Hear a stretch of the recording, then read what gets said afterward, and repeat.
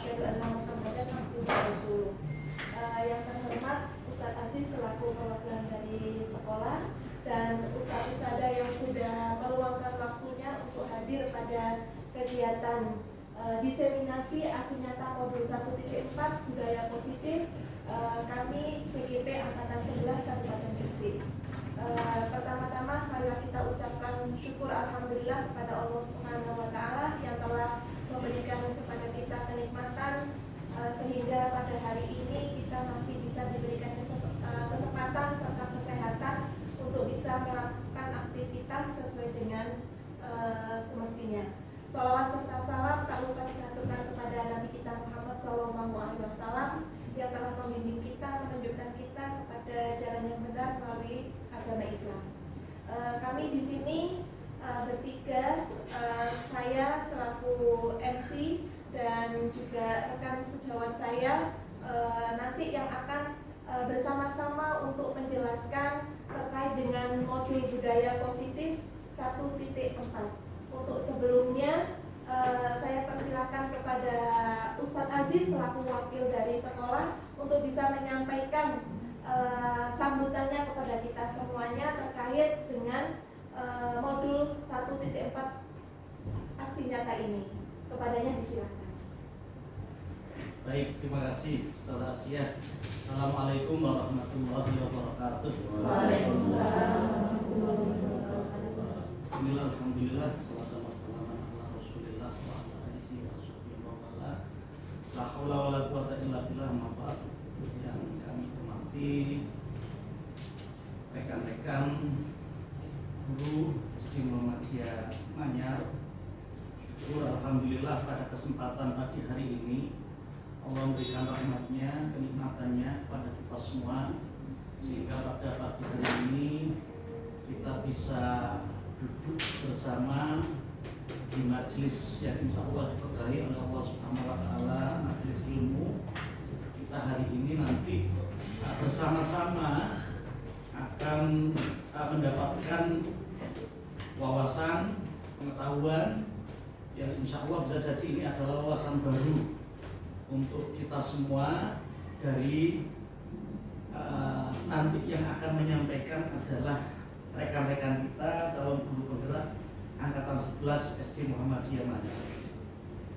Semoga nanti diseminasi yang kawan-kawan kita, rekan-rekan kita lakukan pada kesempatan pagi hari ini nanti bisa bermanfaat untuk meningkatkan kualitas pembelajaran kita di kelas.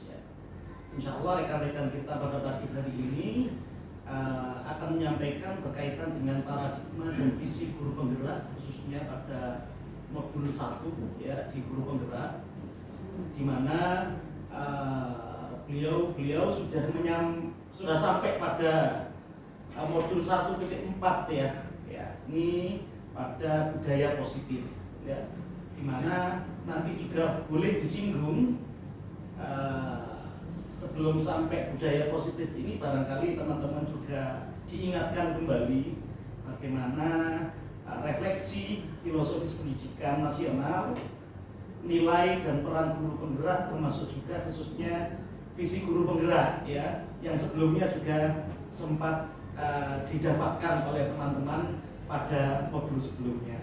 Ya, boleh disinggung sedikit atau untuk sebagai pengantar dari budaya positif yang hari ini akan didesimasikan kepada teman-teman semua. Sehingga sangat berharap khususnya budaya positif ini hal yang sangat penting untuk membawa iklim positif ya bagi pembelajaran di SD Muhammadiyah Manyar, sehingga nilai-nilai yang kita bisa ambil dari materi ini bisa kita laksanakan dalam sebuah pembelajaran yang insya Allah akan bermanfaat bagi anak-anak semua. Anak-anak akan mendapatkan kualitas pembelajaran yang lebih bernilai. Mereka akan lebih suka karena pembelajarannya yang menyenangkan, inovatif, termasuk juga reflektif ya, dan juga di dalamnya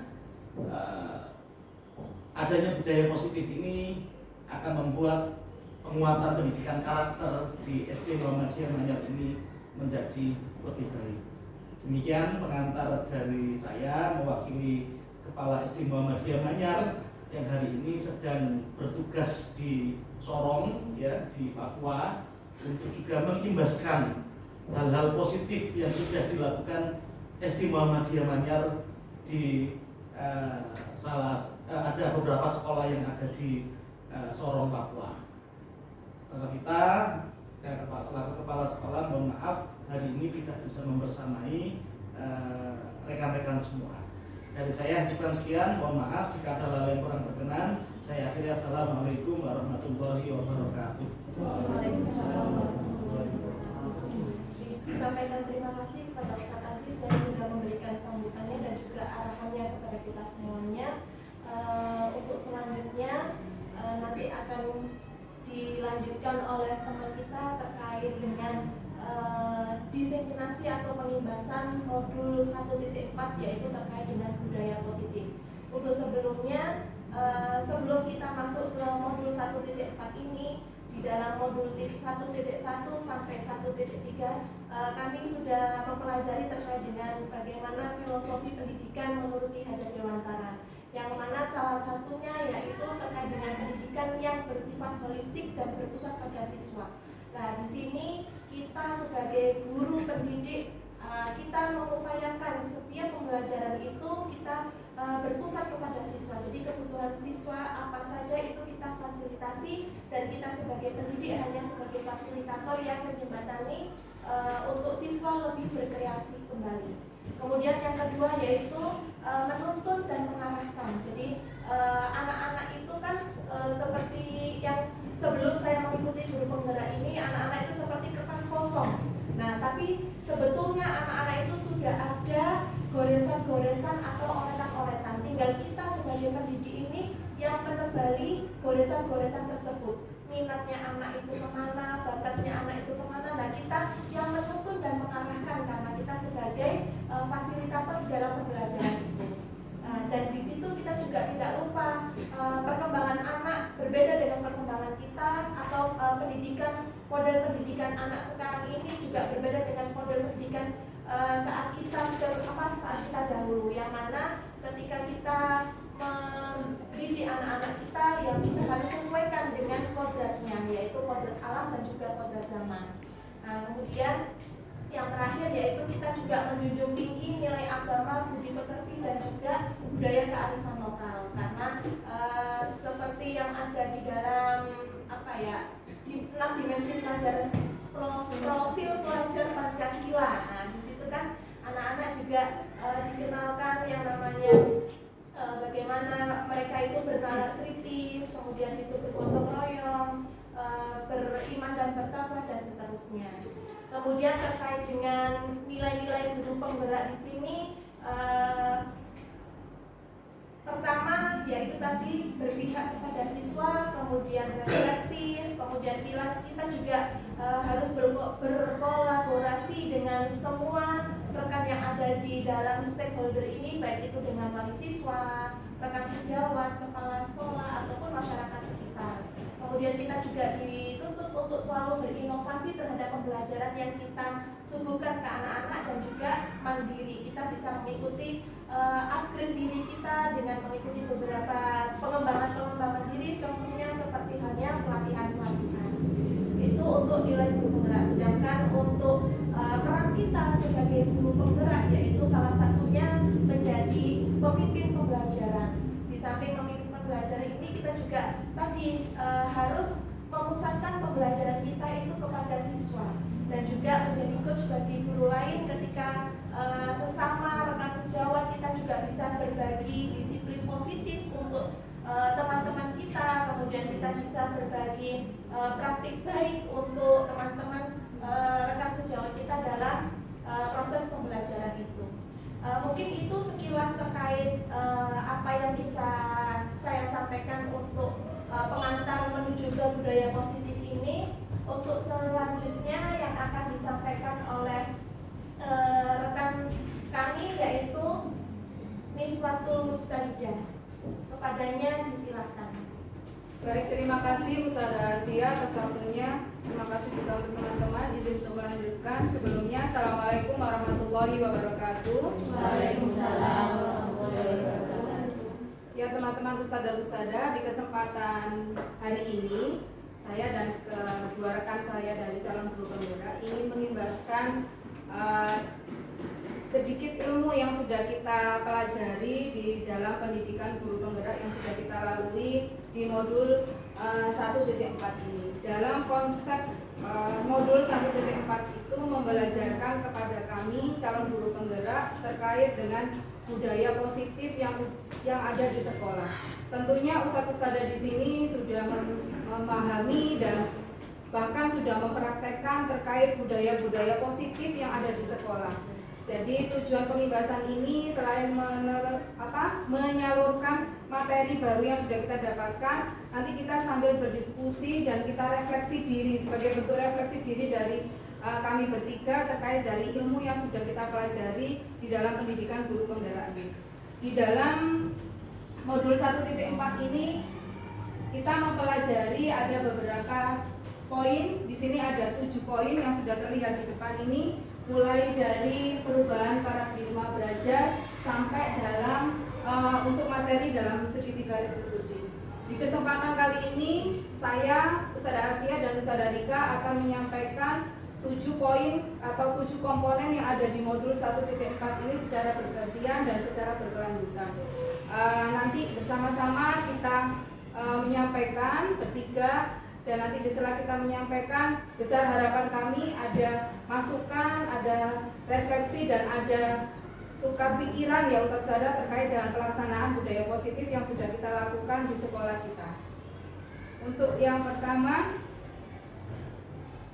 terkait dengan perubahan positif ini tentunya kita melihat di awal kegiatan pembelajaran yang dilakukan di sekolah. Tentunya dengan kemajuan zaman, dengan kemajuan ilmu pengetahuan yang sudah kita dapatkan dari seorang pendidik atau seorang guru, tentunya pendidikan itu mengalami banyak hal perubahan atau mengalami kemajuan di dalam pelaksanaannya. Pendidikan yang kita terapkan saat ini sebagai seorang pendidik tentunya akan berbeda, di mana pendidikan yang sudah kita lalui di zaman kita dulu masih sekolah. Di zaman-zaman kita punya pendidikan di sekolah dasar. Saya membicarakan sekolah dasar karena kebetulan saat ini kita sebagai pendidik di sekolah dasar ya Ustazah. Mungkin Ustazah bisa merasakan bagaimana pendidikan yang kita dapatkan ketika kita sedang mengenyam pendidikan di sekolah dasar pada saat kita dulu mendapatkan pendidikan dari guru-guru kita. Tentunya seperti yang disampaikan di pengantar tadi di Ustazah Asia, tentunya tidak bisa semuanya kita terapkan di zaman saat ini, karena tentunya kita juga melihat dari anak didik kita yang tentunya kebutuhannya juga akan berbeda. Kemudian zaman yang dihadapinya juga berbeda. Karena itu dalam pendidikan guru penggerak ini kita diajarkan, kita diberikan pengetahuan yang menuntun pada filosofi dari Ki Hajar Dewantara tentang filosofi dari pendidikan sendiri, di mana pendidikan itu sendiri yang menjadi pusat perhatiannya itu adalah murid. Jadi guru diharapkan hanya menjadi fasilitator yang tujuannya adalah menuntun siswa kita atau murid kita untuk mengetahui, mengarahkan dan membimbing untuk mendapatkan atau memfasilitasi minat dan bakat yang sudah dimiliki oleh masing-masing siswa atau murid kita. Di dalam paradigma belajar ini kita diajarkan tentang beberapa, salah satunya adalah tentang pembelajaran berdiferensiasi. Tujuannya di sini adalah sekali lagi tujuannya adalah untuk memenuhi kebutuhan siswa kita. Kebutuhannya seperti apa? Kebutuhan yang dimana tujuannya adalah untuk mewujudkan murid-murid kita mempunyai profil pelajar Pancasila. Ustazah, untuk saat ini yang sesuai dengan profil pelajar Pancasila, insya Allah Ustazah juga sudah menerapkan, banyak yang sudah menerapkan terkait dengan profil pelajar Pancasila apa sih yang ingin kita dapatkan atau yang ingin kita peroleh dari siswa kita. Nah, salah satunya yang pertama untuk penerapan budaya positif ini adalah melalui disiplin positif. Disiplin positif tentunya kalau kita dulu di zaman dulu itu kalau mendengar kata disiplin itu tentunya satu hal yang sedikit menakutkan untuk kita mungkin ya. Disiplin itu sudah mungkin termindset pada saat itu ya, pada saat saya masih di sekolah dasar itu disiplin itu masih cenderung untuk ada tekanan, kemudian ada paksaan. Nah, di dalam budaya positif ini kita mulai ingin menyadarkan untuk mindset itu biar tidak tertanam di anak didik kita atau murid kita. Di mana budaya positif itu kita maknai dengan sesuatu yang memang harus dilakukan, karena di situ ada nilai atau unsur yang namanya adalah kepatuhan. Di mana kalau sudah ada unsur kepatuhan, itu pasangannya masih nanti ada yang namanya tidak adanya ketidaknyamanan. Nah, dari kedua unsur itu tujuannya adalah di sini kita bagaimana tujuan kita untuk mendapatkan atau memiliki disiplin diri untuk dari siswa kita. Makanya kita mengaitkan terkait dengan disiplin positif itu dengan memberikan kesadaran kepada siswa kita tanpa kita menanamkan dua mindset yang saya sebutkan tadi, kepatuhan dan nanti akan berimbas pada adanya ketidaknyamanan. Dari disiplin positif ini kita mengarahkan murid-murid kita untuk melakukan suatu perilaku sesuai dengan nilai-nilai kebajikan yang di dalamnya nanti ada motivasi yang kita harapkan, yang kita tumbuhkan dari siswa kita. Jadi, intinya di dalam kita mengajarkan disiplin positif itu tidak ada seperti pemaksaan, tidak ada yang namanya pembentukan mindset di dalam siswa kita. Jadi kita menumbuhkan motivasi itu. Harapannya apa? Harapannya ketika siswa itu sudah memahami beberapa nilai kebajikan yang ada, budaya positif yang ada, itu tumbuh dari motivasi yang muncul dari dirinya sendiri. Tentunya untuk motivasi dari diri sendiri itu tidak akan terbentuk begitu saja. Pasti ada motivasi atau dorongan dari luar. Nah, siapa dorongan atau motivasi dari luar? Salah satunya adalah dari kita sebagai seorang guru atau sebagai seorang pendidik. Nah, ini sekilas kita sama-sama menyampaikan. Ustadz-ustadzah di sini mungkin tahu. Di sini saya menunjukkan beberapa contoh dari nilai-nilai kebajikan yang harus kita bisa menanamkan menanamkan kepada murid-murid kita atau siswa-siswa kita. Di sini ada beberapa contoh-contoh nilai kebajikan. Tentunya di profil pelajar Pancasila itu sudah terdapat di dalamnya ya Ustadz. Di sini saya menyebutkan beriman, bertakwa dan kepada Tuhan Yang Maha Esa. Masih ada lagi. Kira-kira apa ya Ustadz ya? Yang masih belum saya sebutkan di sini yang ada di profil pelajar Pancasila kita, nilai-nilai kebajikan yang ada.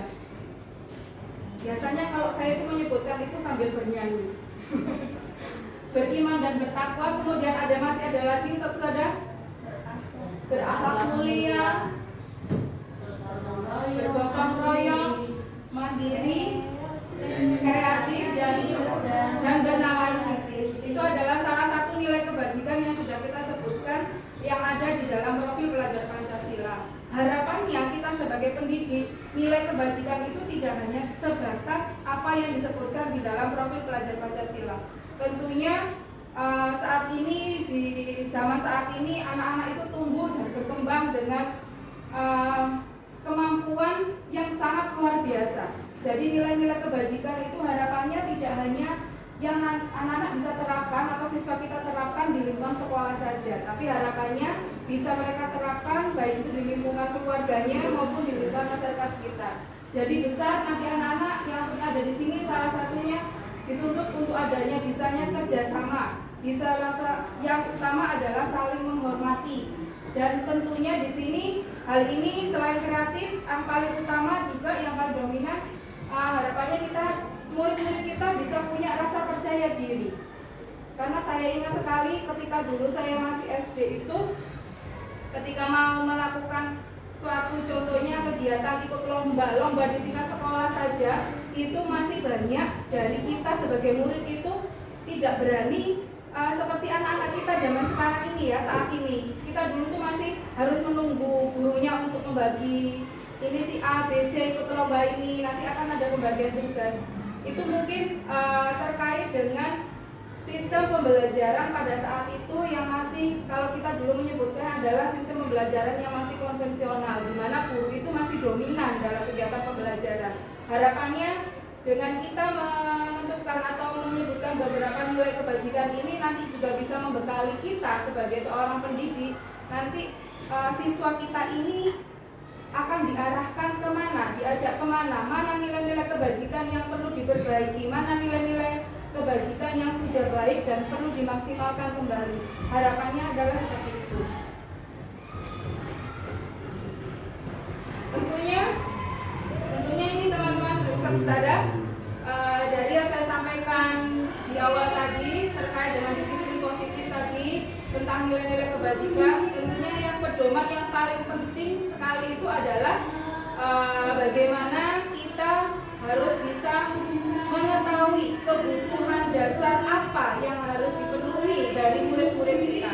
Karena dengan tanpa kita menyadari, tanpa kita mengetahui kebutuhan dasar dari siswa kita, tentunya kita akan merasa sedikit kesulitan untuk mengarahkan murid-murid kita ini untuk mencapai atau bisa mempraktikkan budaya positif serta mengamalkan nilai kebajikan yang ada di sekolah. Kebutuhan dasar dari manusia salah satunya tentunya kita tahu untuk kebutuhan yang pertama adalah kebutuhan untuk bertahan hidup, di mana mereka kalau kita kaitkan dengan pendidikan, kebutuhan hidup dalam hal ini yang bisa kita penuhi di tingkat suatu sekolah atau lembaga sekolah adalah kebutuhan siswa kita untuk mendapatkan pendidikan yang layak, pendidikan yang tepat, pendidikan yang efektif bagi mereka.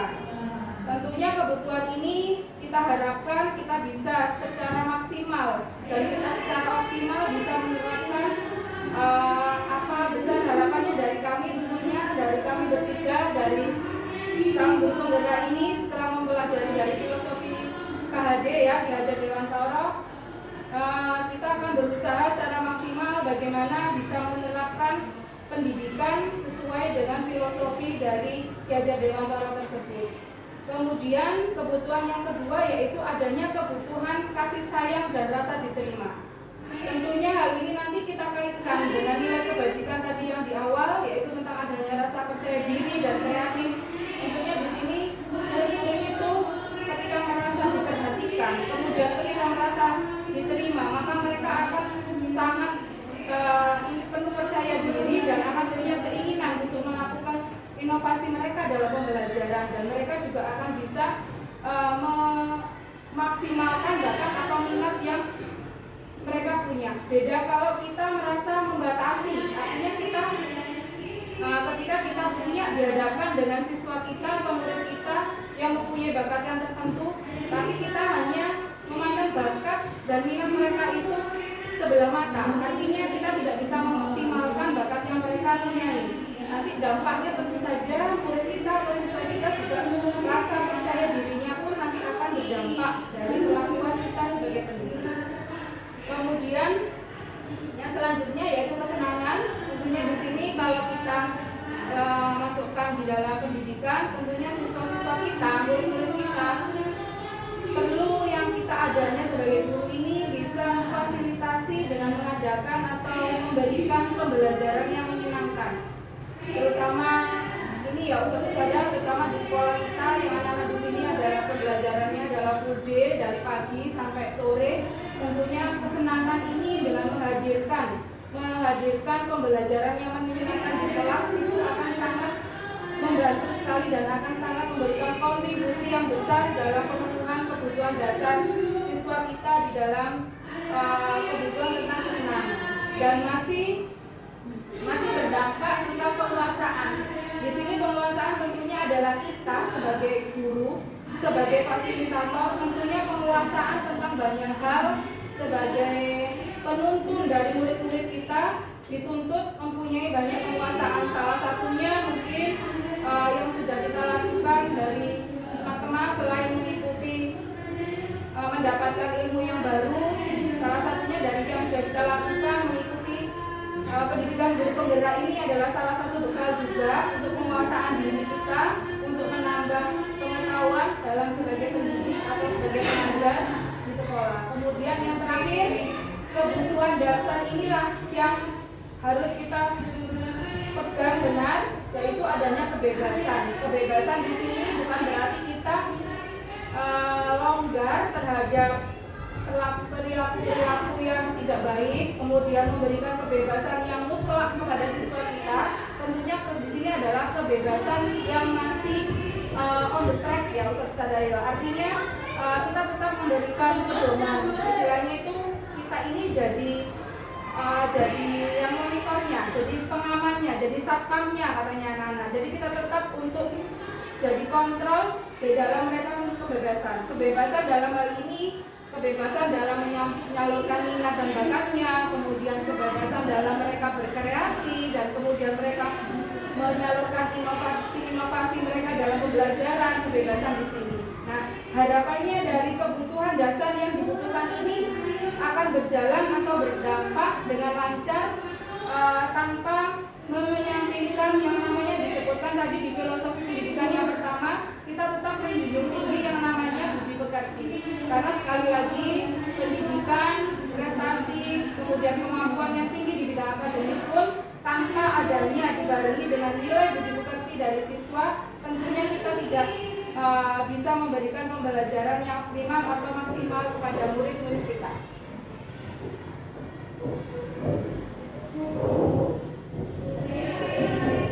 Selanjutnya, seperti yang saya singgung di awal tadi, untuk bisa melaksanakan budaya positif yang ada di sekolah, yang siswa-siswa kita atau murid-murid kita, tentunya kita diharapkan kita sebagai pendidik tidak ada memberikan adanya rasa paksaan atau keterpaksaan dalam pelaksanaannya. Dari hal tersebut, maka kita bisa melakukan yang namanya motivasi yang bisa kita tumbuhkan di dalam diri murid-murid kita. Apa sih perlunya motivasi atau motivasi perilaku yang kita berikan kepada siswa kita? Tentunya Ustadz setiap hari, bahkan setiap hari di awal pembelajaran, mungkin di akhir pembelajaran, setelah melakukan kegiatan pembelajaran, pasti akan memberikan motivasi di awal pembelajaran. Tujuannya apa? Ketika anak-anak itu kita berikan motivasi di awal, mereka kita tekankan lagi, kita ingatkan kembali apa sih tujuan pembelajaran yang akan mereka lakukan. Hari ini akan melakukan kegiatan apa saja. Kemudian di akhir pasti saya juga akan memberikan motivasi di akhir sebelum mereka pulang. Harapannya hal-hal yang baik yang sudah anak-anak lakukan di dalam waktu pembelajaran dan hal-hal yang kurang dilakukan di dalam pembelajaran akan menjadi evaluasi untuk kegiatan pembelajaran yang selanjutnya. Dalam hal ini sama juga terkait dengan motivasi perilaku dari manusia. Dari adanya budaya disiplin, sebelum kita menanamkan rasa budaya positif disiplin itu kepada siswa kita, tentunya kita juga akan berharap anak-anak itu bisa mempraktekkan budaya disiplin itu, anak-anak bisa yang namanya terhindar dari yang namanya ketidaknyamanan atau hukuman. Jangan sampai di mindset siswa kita, pemurid kita itu ketika mereka melakukan suatu kegiatan atau perilaku yang menunjukkan terkait dengan sikap disiplin itu karena adanya paksaan, karena atau mereka takut akan ada hukuman dari pusat ustadzahnya. Dan yang kedua, kita juga berharap siswa-siswa kita itu bisa melakukan sikap disiplin, perilaku yang disiplin di sekolah itu bukan hanya karena mereka itu ingin dapat reward dari pusat ustadzahnya. Karena dua hal ini tentunya akan berdampak yang luar biasa sekali ya Ustaz Ustadzah, ketika siswa kita bisa melakukan perilaku yang disiplin, perilaku yang baik, ketika mereka itu kita berikan namanya adanya hukuman, kemudian ada imbalan. Nah, ini nanti untuk kedepannya yang akan kita takutkan, bagaimana ketika hukuman itu tidak ada, bagaimana ketika reward atau imbalan itu tidak ada. Nah, bagaimana tentang perilaku disiplin? Tentunya kita bisa menjawab semua ya Ustaz di sini yang sudah mempraktekkan di kelasnya masing-masing. Tentunya perilaku disiplin itu bagaimana Ustaz? Ketika hukuman atau imbalan itu tidak kita berikan atau kita tidak sampaikan ke siswa kita. Bagaimana dengan perilaku disiplin yang ada di kelas-kelas itu Ustaz biasanya?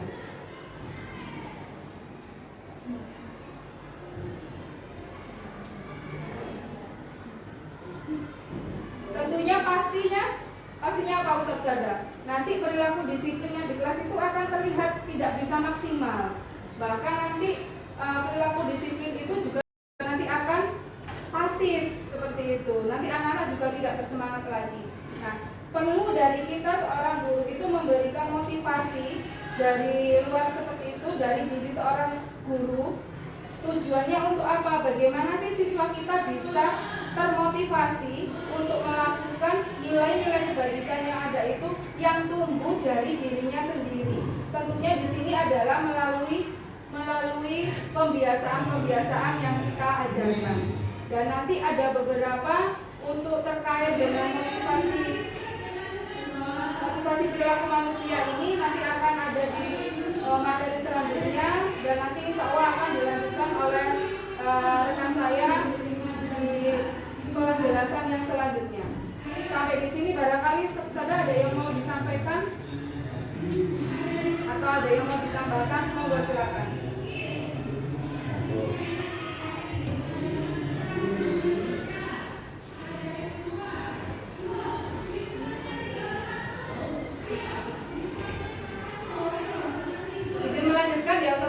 Untuk materi selanjutnya akan disampaikan Ustadzah Asia terkait konsep disiplin.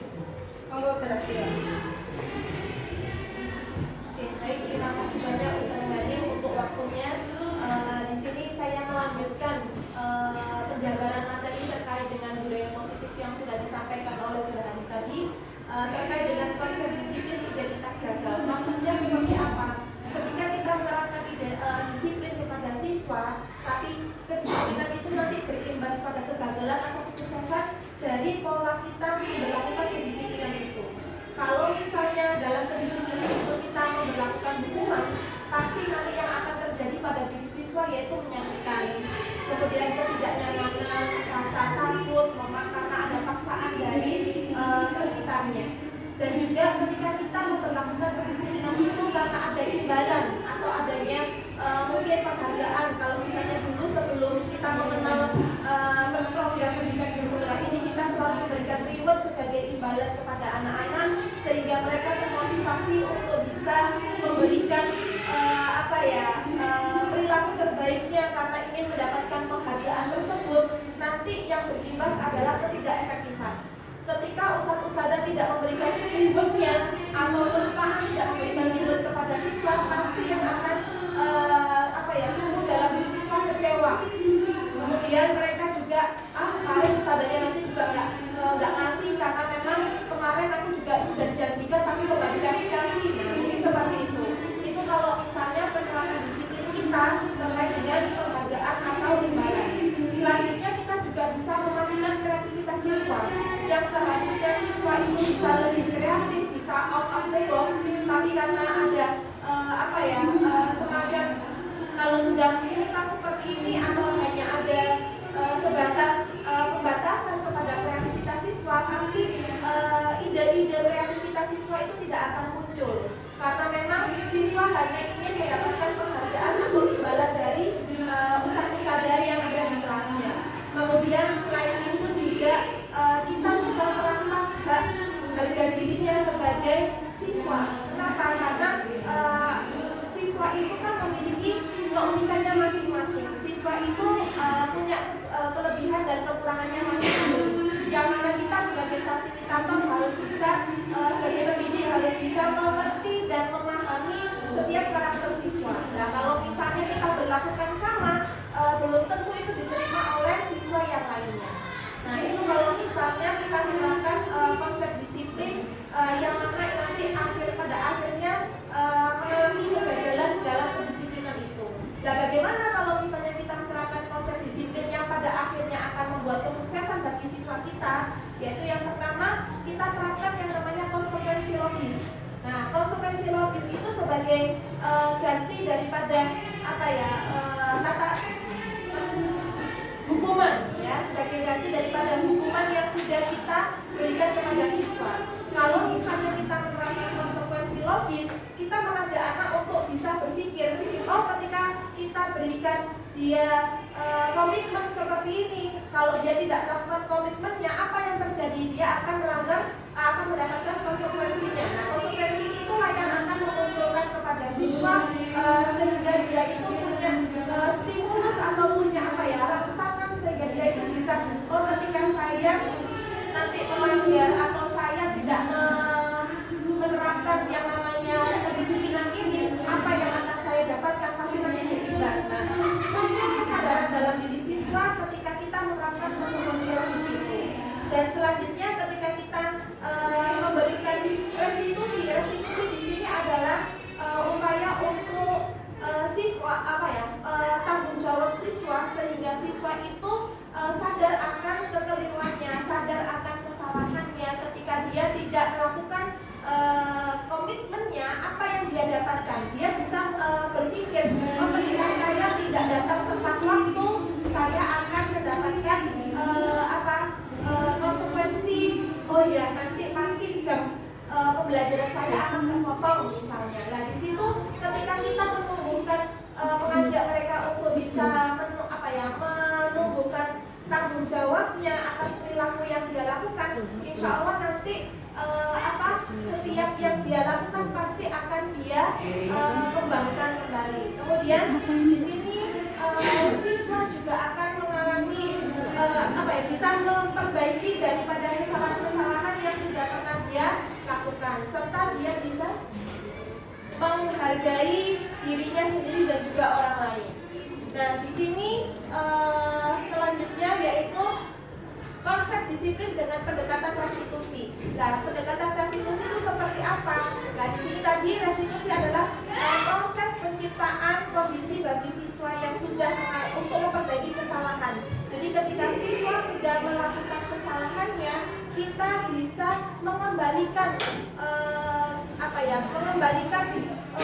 perilaku siswa itu sesuai dengan karakter, bisa dengan karakter yang lebih kuat. Jadi ketika siswa memiliki kesalahan atau melakukan kesalahan, kita bisa ajak ngobrol, ajak sharing anak tersebut sehingga dia bisa memahami kesalahannya terletak pada mana, dan dia juga bisa memberikan solusinya untuk kesalahan yang sudah dia perbuat.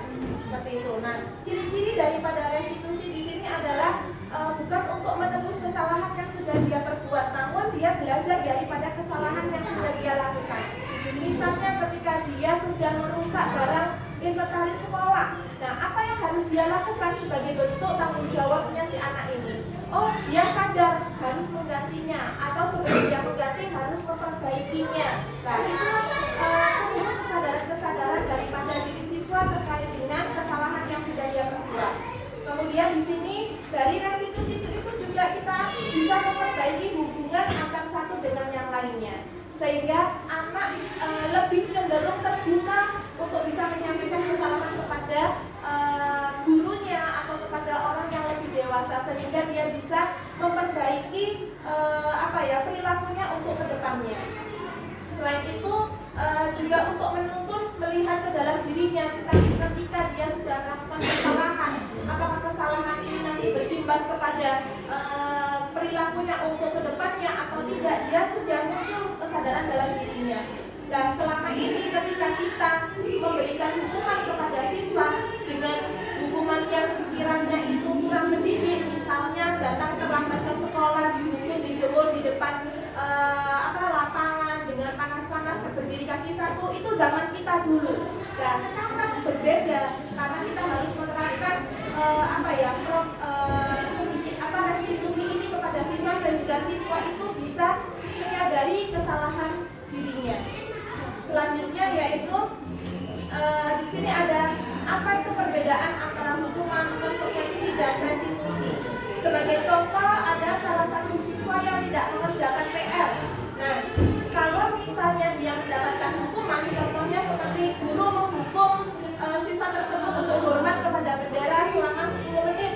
Nah, akhirnya ketika dia mendapatkan hukuman, guru pasti posisinya marah. Dan seketika itu pasti yang terjadi pada diri siswa adalah rasa takut karena tidak mau rasa takut karena sudah kesalahan yang dia perbuat.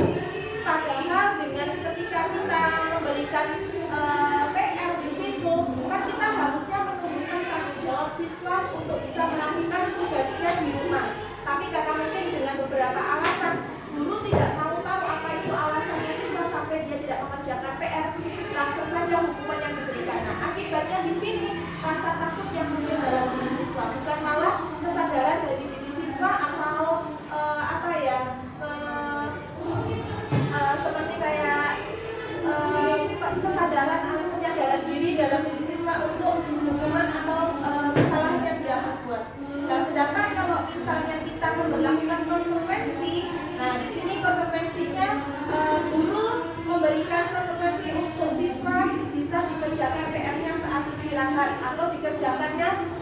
3 kali lipat. Nah, apa yang terjadi dengan siswanya? Di sini guru memiliki sifat yang tegas, sikap yang tegas, dan siswa menghormati peraturan. Tapi tetap di sini ketika itu dia sudah tahu konsekuensinya, pasti sedikit banyak siswa akan mematuhi peraturan itu sehingga dia tidak akan mendapatkan konsekuensi atau tidak akan mendapatkan sebagai hukumannya pada dirinya. Selanjutnya ketika untuk restitusi di sini karena siswa tersebut tidak melakukan atau tidak mengerjakan PR-nya, guru menanyakan kenapa kok dia tidak mengerjakan, apa alasannya, kemudian dikaitkan dengan keyakinan kelas yang sudah disepakati bersama dalam kelas.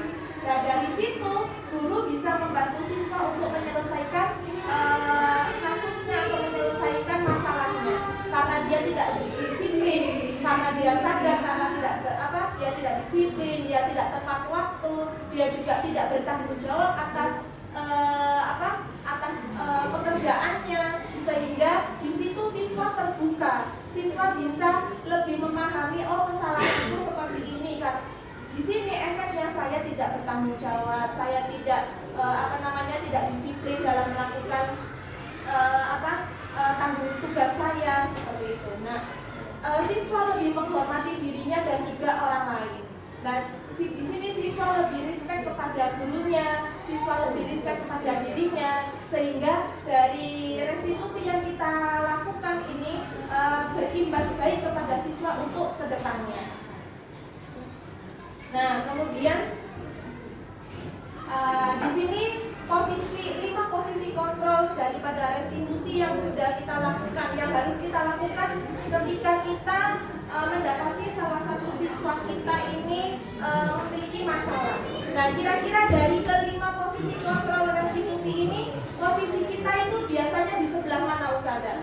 Apakah di sebagai penghukum yang paling dominan? Misalnya kalau menurut Ustazah, apakah kita selama ini itu kepada siswa sebagai penghukum, pemantau, atau sebagai teman, pembuat rasa bersalah, atau sebagai manajer? Hukum ya? Hukum. Jadi langsung visi. Oke. Kalau Ustadz bijak merasa dirinya selama ini sebagai penghukum, gitu ya Ustadz ya. Tapi hukumannya ini bukan hukuman yang bersifat fisik, barangkali hukumannya seperti hukuman yang mendidik. Contohnya seperti apa Ustadz bijak? Oh gitu. Jadi kalau misalnya siswa tidak tertib dalam waktu olahraga itu dia tidak ada waktu untuk bermain bola misalnya gitu ya, atau tidak ada gamenya. Nah, atau ada Ustadz yang lain? Membuat rasa bersalah. Membuat rasa bersalah. Wah. Dari 5 posisi kontrol ini Ustazah, kita sebagai pendidik itu lebih tepatnya harus sebagai apa? Teman. Oke, kalau sebagai teman nanti dia menganggap kita ini temannya. Jadi sekiranya perilaku kedepannya itu kayak apa ya? Kalau unggah-ungguh gitu ya, unggah-ungguh anak sekarang itu sopan santunnya kepada orang yang lebih dewasa itu masih kurang. Nah, tepatnya adalah kita sebagai apa?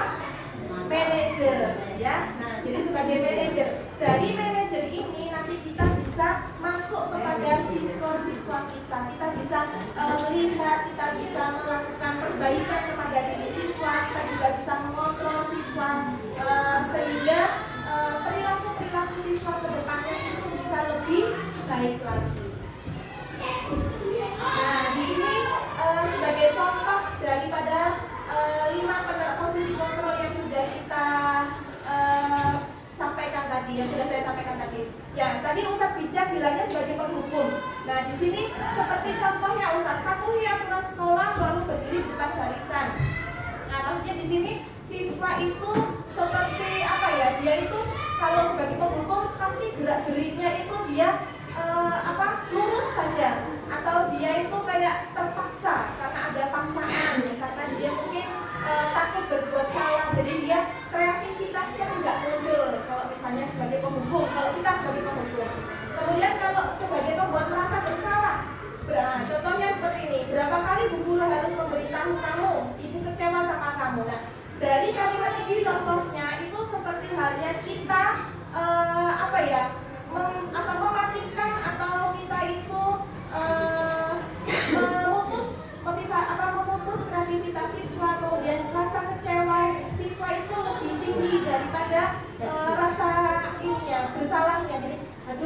Ustazah ini kok sudah kecewa banget sama aku, berarti aku sudah tidak ada apa-apa di depan matanya atau di hadapannya, misalnya seperti itu. Jadi dia merasa akhirnya nanti imbasnya adalah ke minder atau traumatis gitu ya.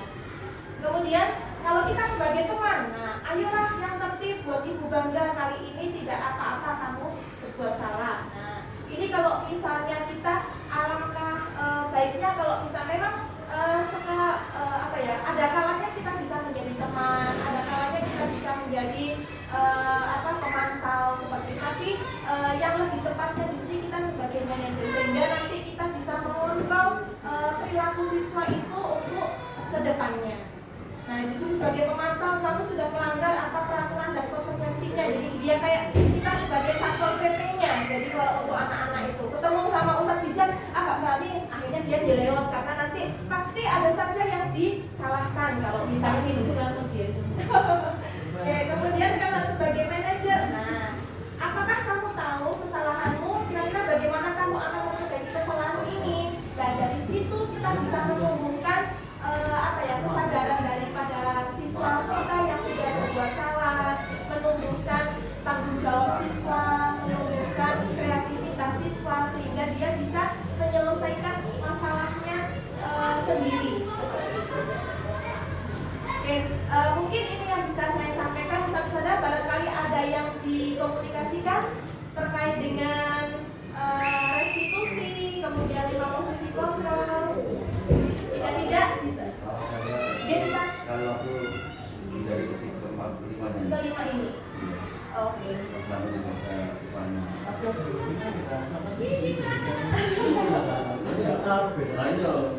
Kalau waktu jam makan. Sekali waktu kita bisa menjadi kelima ini, tapi lebih tepatnya atau lebih dominannya kita sebagai manajernya. Itu bisa di.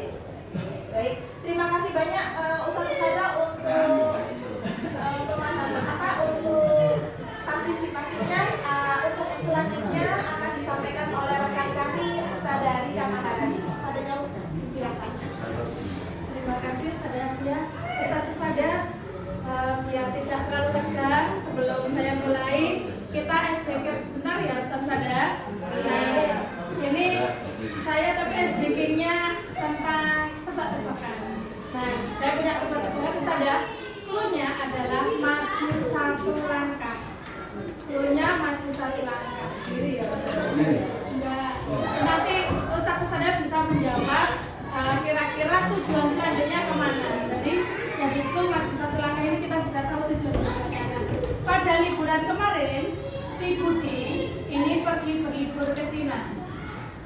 Kemudian si Anto pergi ke Belanda. Kira-kira kalau Danisa pergi kemana ya Ustazah? Ada yang tahu kah? Bulan. Tadi clue-nya maju satu langkah.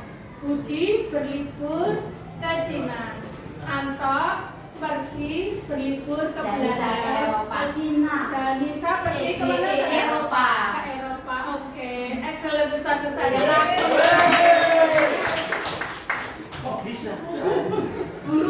Huruf awal ini kemudian B ke C, A ke B, D ke E. Jadi maju satu langkah itu maju satu langkah untuk abjad selanjutnya. Ustazah SD memang keren-keren semua. Untuk selanjutnya Ustazah, di sini saya akan menjelaskan tentang keyakinan kelas. Sebelumnya mungkin di SDM memang sudah kita terapkan keyakinan kelas ini, tapi sebelumnya saya ingin Ustazah menjawab kira-kira mengapa yang kita gunakan sekarang keyakinan kelas, mengapa bukan peraturan kelas. Monggo Ustazah Fida berpendapat. Keyakinan kelas itu ya, kita apa yang kita yakini benar itu yang kita lakukan. Kalau peraturan kelas itu lebih sifatnya ke praktek atau aturan yang dibaca dalam lingkungan. Itu sifatnya lebih mengikat. Betul sekali, terima kasih Ustazah Fida untuk jawabannya. Nah, keyakinan kelas itu memang yang membuat dari kita semua elemen berpartisipasi untuk membentuk keyakinan kelas, sedangkan peraturan kelas itu yang membuat biasanya dari guru, anak-anak tinggal mengikuti peraturan kelas Dan nanti kalau untuk peraturan kelas biasanya jika ada yang melanggar akan mendapatkan hukuman. Sedangkan untuk keyakinan kelas nanti kita akan ada restitusi. Nah, kan ada konsekuensi logis. Nah, ini untuk keyakinan kelas. Keyakinan kelas ini bersifat abstrak biasanya dan merupakan pernyataan yang universal, dibuat dalam pernyataan positif. Jadi untuk kata-kata negatif biasanya saat kita buat keyakinan kelas ini kita curah pendapat dengan anak-anak, juga mungkin dengan orang tua. Ini misal ada kata-kata yang bernada negatif, misalnya dilarang membuang sampah di sembarang tempat. Nanti kata-katanya akan diubah menjadi positif seperti membuang sampah pada tempatnya. Jadi kata-katanya ini dibuat dengan pernyataan positif. Dan kalimatnya juga tidak panjang-panjang, sedikit saja sehingga mudah diingat. Karena memang terutama untuk anak SD, jika nanti instruksinya terlalu panjang, anak-anak ini masih kebingungan untuk menjelaskan dari arti kata-kata tersebut. Jadi kalau dengan kata-kata yang singkat dan mudah diingat, insya Allah ini anak-anak akan lebih mengenal. Nah, keyakinan kelas ini juga sesuai dengan kondisi kelas dan sekolah sehingga mudah diterapkan. Nah, juga keyakinan kelas ini tadi seperti di awal melibatkan semua pihak. Jadi semua warga sekolah, kalau yang di kelas berarti warga kelas itu sendiri, baik murid, guru maupun wali siswa. Kemudian untuk prosedur pembuatan keyakinan kelas, ini yang pertama memberi kesempatan semua warga sekolah atau warga kelas untuk menyampaikan pendapatnya. Jadi di awal kita curah pendapat, baik itu dari siswa, dari wali murid, dari guru, untuk menyebutkan keinginannya kira-kira kedepannya ingin di dalam kelas itu seperti apa. Kemudian membuat keyakinan kelas yang akan disepakati. Kemudian tadi mengganti kalimat negatif menjadi positif serta mengajak semua warga sekolah untuk menemukan nilai kebajikan dari keyakinan yang telah dibuat. Di awal tadi Ustadzah Hanim sudah menjelaskan tentang nilai-nilai kebajikan yang ingin kita dapatkan dalam proses pembelajaran. Di sini kita mengajak semua warga sekolah untuk mempraktekkannya. Nah, untuk penerapan di sekolah kita, pembuatan keyakinan kelas ini sudah melibatkan baik dari siswa, guru maupun wali siswa. Di saat melekat kita sudah mengundang wali siswa dan kita bergabung dengan anak-anak untuk membuat keyakinan kelas yang kemudian dari curah pendapat tadi kita saring, kemudian kita rubah kata-kata yang negatif menjadi positif dan kita pilih poin mana yang paling ingin kita wujudkan, dan kemudian dari keyakinan kelas itu kemudian ditandatangani bersama antara wali siswa, guru dan juga dari anak-anak. Dan ini keyakinan kelas ini ditempel mengikuti intakku di kehadirannya di perpustakaan haji sekarang juga. Sekali lagi diberitahukan kepada anak-anaknya mengikuti intakku dari kelas 4, 5, dan 6 di kehadirannya di perpustakaan haji sekarang juga. Terima kasih. Untuk keyakinan kelas kemudian kita tempel di kelas agar anak-anak, kita juga sebagai guru akan selalu ingat keyakinan-keyakinan apa yang sudah kita sepakati bersama. Di SDMM kemarin dalam penutupan MPLS atau melekat, kita juga merayakan dengan menampilkan keyakinan kelas yang sudah dibuat dari masing-masing kelas. Untuk selanjutnya, segitiga restitusi. Segitiga restitusi ini adalah suatu proses dialog yang dijalankan oleh guru agar dapat menghasilkan murid yang mandiri dan bertanggung jawab. Dalam tahapan segitiga restitusi, ada yang pertama adalah validasi tindakan yang salah. Berdasarkan prinsip berupaya memenuhi suatu kebutuhan tertentu, ini untuk validasi tindakan biasanya kita akan berbicara kepada para siswa, kamu pasti punya alasan mengapa melakukan hal tersebut.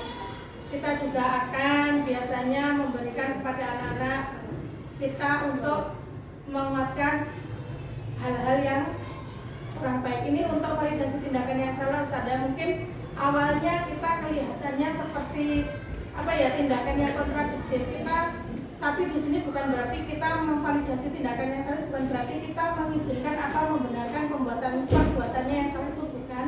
Tapi dari sini kita nanti bisa mengajarkan siswa bahwa apa yang dilakukan ini salah. Nah, dengan validasi tindakan yang salah ini, anak-anak juga akan merasa dia diberi kesempatan untuk berbicara sehingga dia tidak berkelit untuk tidak mau mengakui kesalahan seperti tidak. Jadi menumbuhkan sifat dari anak agar mau mengakui kesalahan yang telah dibuatnya. Kemudian untuk menstabilkan identitas berdasarkan prinsip membuat kesalahan adalah bagian dari proses pembelajaran. Biasanya kita sebagai guru juga akan menyampaikan kepada anak-anak berbuat salah itu wajar. Tidak ada manusia yang sempurna. Kemudian kamu merasa berat, merasa begitu mungkin saat anak-anak bertengkar dengan temannya, kemudian ada rasa marah atau apa, kita memberikan hal-hal seperti itu untuk menstabilkan identitas anak.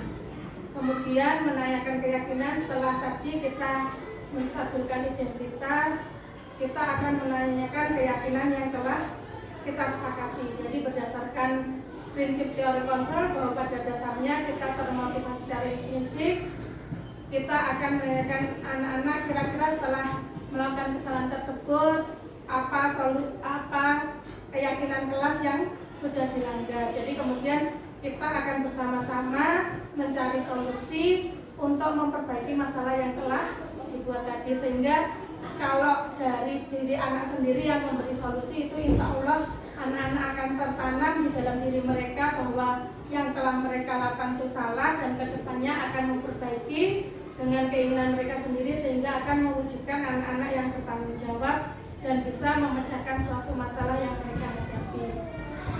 Kemarin kami juga sudah menerapkan untuk tiga restitusi ini kepada beberapa anak yang saat itu menghadapi suatu masalah. Monggo nanti bisa barangkali di scan untuk mengetahui linknya dan kita bisa mempraktekkan bersama-sama. Insya Allah saya lihat kalau di SDMM ini saya banyak melihat ustadz-ustadz sudah mempraktekkan segitiga restitusi ini dengan baik.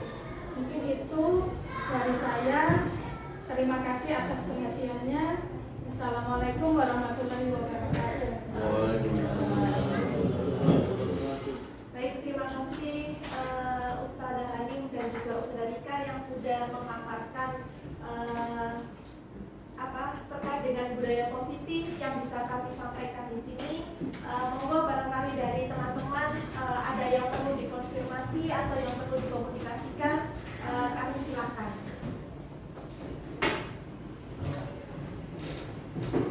Bisa, barangkali ada gagasan, monggo. Oh iya, monggo saudara Rek.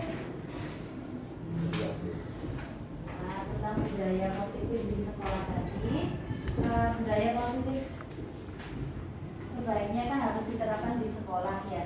Menurut Ustadzah Hanim, Ustadzah Asia, atau Ustadzah Rika, apa pentingnya sih budaya positif di sekolah itu? Terima kasih. Oke, terima kasih banyak untuk pertanyaannya Ustadzah Rere. Di sini Ustadzah Hanim menyatakan membantu untuk menjelaskan terkait dengan kenapa kok budaya positif itu harus diterapkan di sekolah seperti itu ya. Oke, monggo Ustadzah Hanim disilahkan. Terima kasih Ustaz Asia.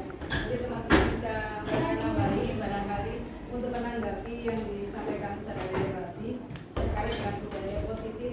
Kenapa budaya positif itu perlu diterapkan seperti itu ya Ustaz? Tentunya besar dari keinginan kita sebagai pendidik itu mencetak atau mendapatkan siswa-siswa kita itu untuk selalu bisa menerapkan perilaku-perilaku yang baik di dalam kehidupannya sehari-hari. Mungkin itu adalah salah satu alasan terkait dengan pentingnya budaya positif itu dilakukan di setiap sekolah. Karena di sini tentunya kita juga tahu budaya positif yang akan kita terapkan kepada murid kita atau siswa kita itu tentunya akan mempunyai kontribusi yang sangat besar di lingkungan sekolah dari siswa-siswa itu. Di sini kita kembali lagi kepada kebutuhan siswa kita tadi. Siswa kita merasa ingin diterima, siswa kita merasa kepingin aman di sekolah, siswa kita menginginkan suasana yang nyaman di sekolah. Tentunya kalau kita sebagai pendidik itu mengarahkan untuk melakukan budaya positif di sekolah, secara tidak langsung kita sebagai pendidik itu akan memenuhi kebutuhan-kebutuhan yang mereka butuhkan. Itu kenapa alasan begitu pentingnya budaya positif yang ada di sekolah. Selain itu, kalau kita lihat dari sisi kita sebagai pendidik, tentunya dengan adanya penerapan budaya positif yang baik di sekolah, tentunya kita sebagai pendidik itu akan lebih fokus, lebih bisa maksimal bagaimana kita akan memberikan pembelajaran yang terbaik. Kita juga sebagai pendidik itu akan menjadi lebih lebih produktif. Dalam hal ini kita bisa mengarahkan, menyiapkan, baik itu mulai dari metode pembelajaran apa yang akan kita buat, strategi apa, karena kita di lingkungan yang itu tadi kembali ke lingkungan yang nyaman, karena kita sudah bisa menerapkan budaya positif di semua komunitas yang ada di sekolah, lebih tepatnya seperti itu. Artinya seperti itu, Saudara Dewi. Sedikit menambahkan Saudara Hanin, seperti yang disampaikan oleh Saudara Hanin tadi, dari budaya positif itu kita juga bisa menumbuhkan karakter baik siswa. Jadi dari nilai-nilai kebajikan yang sudah ditanamkan anak-anak sejak dini, karakter-karakter baik siswa itu akan selalu muncul. Jadi karena yang namanya budaya itu kan budaya itu kan terus ya. Jadi terus menerus. Nah, ketika kita sudah menerapkan budaya positif di sekolah, harapan besarnya kita itu anak-anak juga bisa menerapkannya tidak hanya di sekolah, tapi di mana saja dia berada, sehingga karakter-karakter baik itu terus muncul, sehingga motivasi mereka untuk masa depannya itu lebih insya Allah lebih terjamin kalau misalnya karakter-karakter baik itu sudah ada dalam diri siswa sejak dini. Seperti itu. Saya nambahin Saudara Dewi, saya setuju dengan pendapatnya Saudara Hani maupun Saudara Asia, bahwa dengan adanya budaya positif di sekolah ini bisa memaksimalkan karakter anak-anak untuk menjadi anak-anak yang baik, yang memiliki profil belajar Pancasila. Budaya positif di sekolah ini penting untuk semua elemen, tidak hanya siswa tapi bagi guru maupun karyawan yang bekerja di suatu sekolah. Jadi semuanya bisa berkembang secara maksimal, baik itu tanggung jawab kita sebagai pendidik, kemudian juga kenyamanan di sekolah itu bisa meningkatkan segala hal yang baik untuk siswa, guru maupun karyawan. Jadi budaya positif sangat penting dilaksanakan di sekolah. Terima kasih. Terima kasih, sangat jelas penjelasannya. Terima kasih kembali Saudara. Barangkali ada lagi yang perlu dikomunikasikan Ustaz-Ustazah? Ya, Ustazah. Tertarik saya tadi. Monggo Ustaz Aziz, silakan. Khususnya tadi berkaitan dengan reward and punishment ya, yang boleh tapi tidak dianjurkan ya. Kalau saya menangkapnya begitu, apa tidak boleh sama sekali? Boleh tapi tidak dianjurkan kalau saya menangkapnya. Kira-kira karena keduanya baik reward ataupun punishment itu juga ada sisi negatifnya ya. Kalau sebagaimana yang tadi disampaikan sisi negatifnya. Terus pertanyaan saya, kira-kira kapan kita perlu memberikan reward atau kapan kita perlu memberikan punishment ya kepada anak-anak, di samping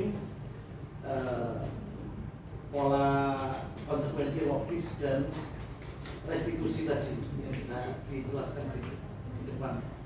Terima kasih. Oke, terima kasih banyak Ustaz Aziz untuk pertanyaannya. Di sini kapan itu reward atau punishment itu bisa kita terapkan untuk siswa kita?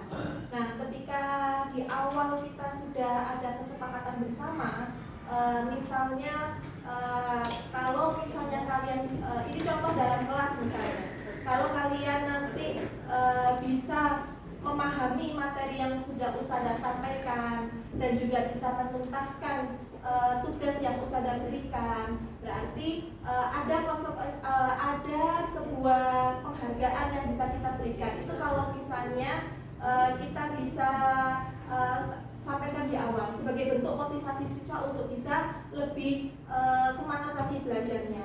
Nah, kemudian kalau misalnya itu reward itu juga tidak hanya berupa kayak benda atau barang, hanya berupa dengan pujian atau misalnya kata-kata yang memotivasi siswa untuk bisa lebih bersemangat belajarnya, itu saya kira perlu juga untuk kita berikan ke anak-anak, sehingga dia itu muncul semangatnya, muncul kompetisi, jiwa kompetisinya untuk bisa lebih untuk bisa lebih berkarya ke depannya atau bisa lebih maju lagi ke depannya.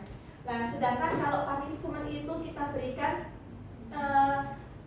sekiranya misalnya bukan punishment, kalau di sini itu seperti konsekuensinya, Ustaz. Jadi kalau misalnya kita sudah membuat kesepakatan bersama dalam kelas, kalaupun misalnya dia tidak sesuai dengan kesepakatan yang sudah kita buat, berarti dia sudah tahu konsekuensi yang harus dia dapatkan seperti apa. Nah, ketika itu anak-anak tidak melakukan kesepakatannya, tidak menunjukkan sikap apa yang sudah kita sepakati bersama, berarti dia pantas untuk diberikan konsekuensinya seperti itu. Mungkin ini sedikit yang bisa saya sampaikan, barangkali ada dari teman-teman bisa menambahkan. Ya, menambahkan sedikit ya terkait tentang kapan kita bisa memberikan reward atau punishment. Jadi benar seperti yang disampaikan Ustadz Aziz, tidak memberikan reward itu bukan sama sekali. Artinya di sini kita memberikan punishment atau hukuman ya dalam nama lainnya, atau reward atau imbalan itu kita juga menyesuaikan dengan kondisi atau situasi yang dibuat. Karena itu dari pemaparan kami, besar harapannya ketika satu instansi atau sekolah di kelas itu sudah ada keyakinan kelas, maka penerapan dari reward atau punishment itu kita hubungkan dengan keyakinan kelas yang sudah ada. Jadi harapannya motivasi siswa kita, tujuannya di sini kita membatasi adanya reward atau hukuman itu tujuannya adalah sekali lagi adalah menimbulkan kesadaran yang ada pada diri siswa atau motivasi. Kalau di zaman dulu ya, orang tua kita itu pasti akan memberikan istilahnya itu kalau di bahasa Jawa itu iming-iming. Jadi contohnya misalnya gini, kalau kamu puasanya 1 bulan penuh di Ramadan itu nanti akan diganti dengan hadiah misalnya uang. Nah ini adalah dalam arti pemberian reward yang di situ tidak memunculkan kesadaran dalam diri siswa. Jadi kita harapannya ketika kita memberikan imbalan itu nanti siswa ini tidak bergantung. Jadi ketika aku akan mendapatkan reward itu saja, nanti perilaku ini akan saya lakukan, akan aku kerjakan.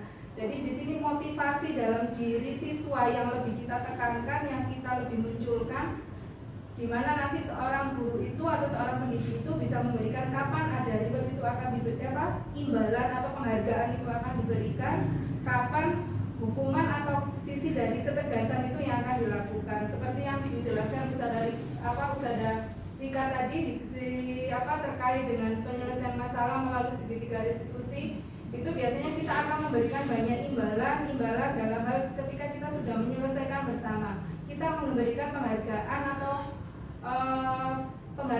pujian kepada siswa kita yang sudah mengakui sudah mengakui kesalahannya, sudah bisa mengaitkan dengan keyakinan kelas yang sudah dilanggar itu seperti apa. Mungkin saat itulah kita bisa memberikan yang namanya penghargaan atau reward kepada siswa kita.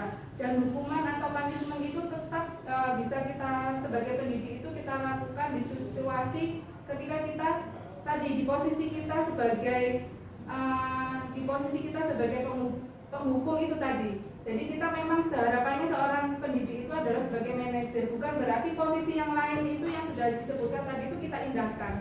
Karena selain dari posisi manajer itu bisa bisa mengontrol kapan kita jadi pemantau, kita bisa menjadi penghukum, disesuaikan dengan situasi yang diperlukan. Kalau menurut saya sedikit itu. Menurut saya Rika, tambahan lagi. Ini mau sedikit menambahkan, saya setuju tadi bahwa reward dan punishment ini bukan berarti terus tidak ada sama sekali, tidak. Tapi untuk reward dan punishment ini kita bisa berikan, tapi juga harus berpedoman pada beberapa hal.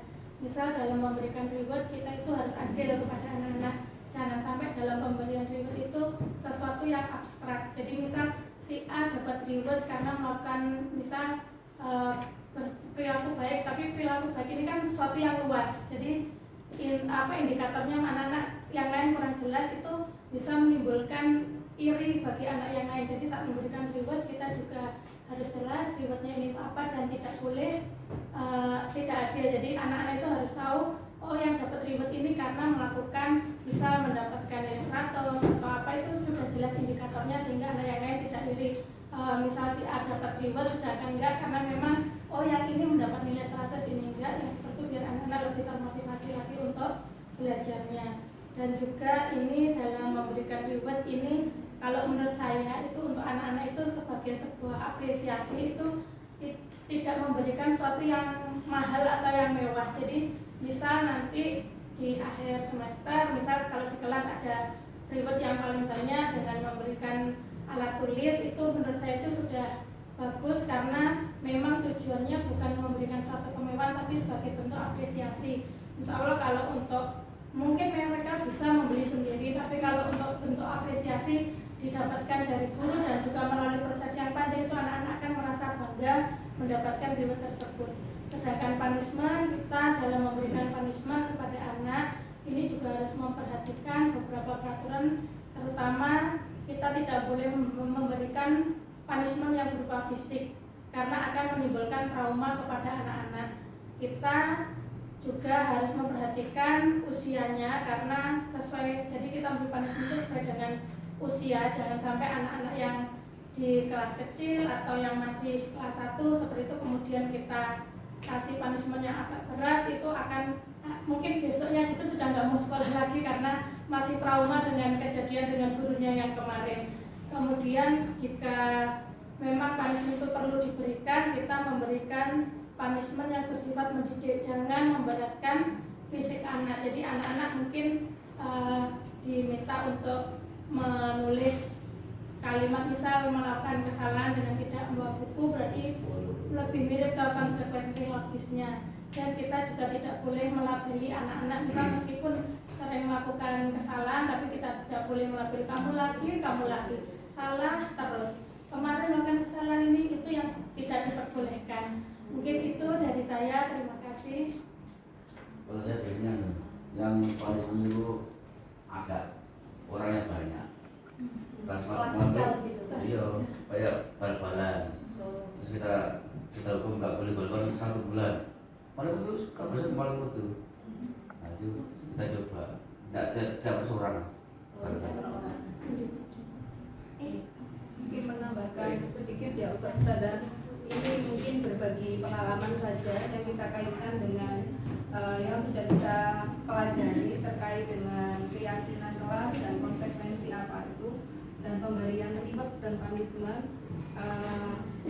Ini berbagi pengalaman saja ketika di kelas. Jadi secara nggak langsung tujuan utamanya memang kita akan memberikan reward atau penghargaan, tapi kita sebagai pendidik itu hanya apa ya, mengemas aja penyelesaiannya itu dengan memberikan kesadaran atau menumbuhkan motivasi anak itu dengan kita berprinsip pada, jadi jika anak-anak sudah melakukan suatu perbuatan, katakanlah sebagai contoh jika anak-anak melakukan kesalahan, maka apa yang harus dilakukan dari kesalahan itu secara tidak langsung kita sudah memberikan, sebenarnya kita sudah memberikan punishment ke siswa kita, tapi mungkin cara menyampaikan punishmentnya itu kita dengan cara menumbuhkan kesadaran diri siswa.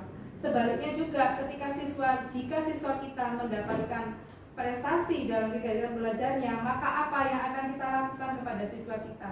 Dua hal itu kan sudah termasuk, kita sudah memberikan punishment ketika ada perilaku yang kurang tepat di siswa kita, dan kita memberikan penghargaan kepada siswa kita yang sudah berprestasi seperti itu. Tapi di situ kita memberikannya, kalau menurut saya lebih apa ya, lebih cantik karena di situ kita kemas dengan menumbuhkan kesadaran diri dari siswa kita sendiri. Ini beberapa hal yang sudah teman-teman, bukan saya sendiri, kebetulan beberapa teman juga sudah menerapkan di kelas yang ada di SDMM ini. Itu sedikit berbagi tips aja. Terima kasih. Terima kasih, saudara. Sudah jelas. Baik, terima kasih banyak Ustaz Sada. Mungkin cukup ya untuk yang diseminasi yang bisa kami sampaikan. Semoga apa yang kita sampaikan siswa-siswa kita yang ada di SD Muhammadiyah Manyar ini bisa menjadi siswa-siswa yang berkarakter dan juga bisa lebih baik lagi ke depannya, sehingga budaya positif yang ada di sekolah ini bisa kita terapkan dan bisa kita aplikasikan dalam kehidupan kita sehari-hari. Demikian yang bisa kita sampaikan. Saya, Ustazah Hanim dan juga Ustazah Rika mengucapkan terima kasih banyak atas partisipasi yang Ustazah berikan, yang Ustazah sampai pukul 10 ini dengan sabar menunggu dan juga menyaksikan apa yang bisa kami bagikan kepada teman-teman. Demikian, kurang lebihnya mohon maaf. Nun wal qalami wa ma yasturun. Wassalamualaikum warahmatullahi wabarakatuh.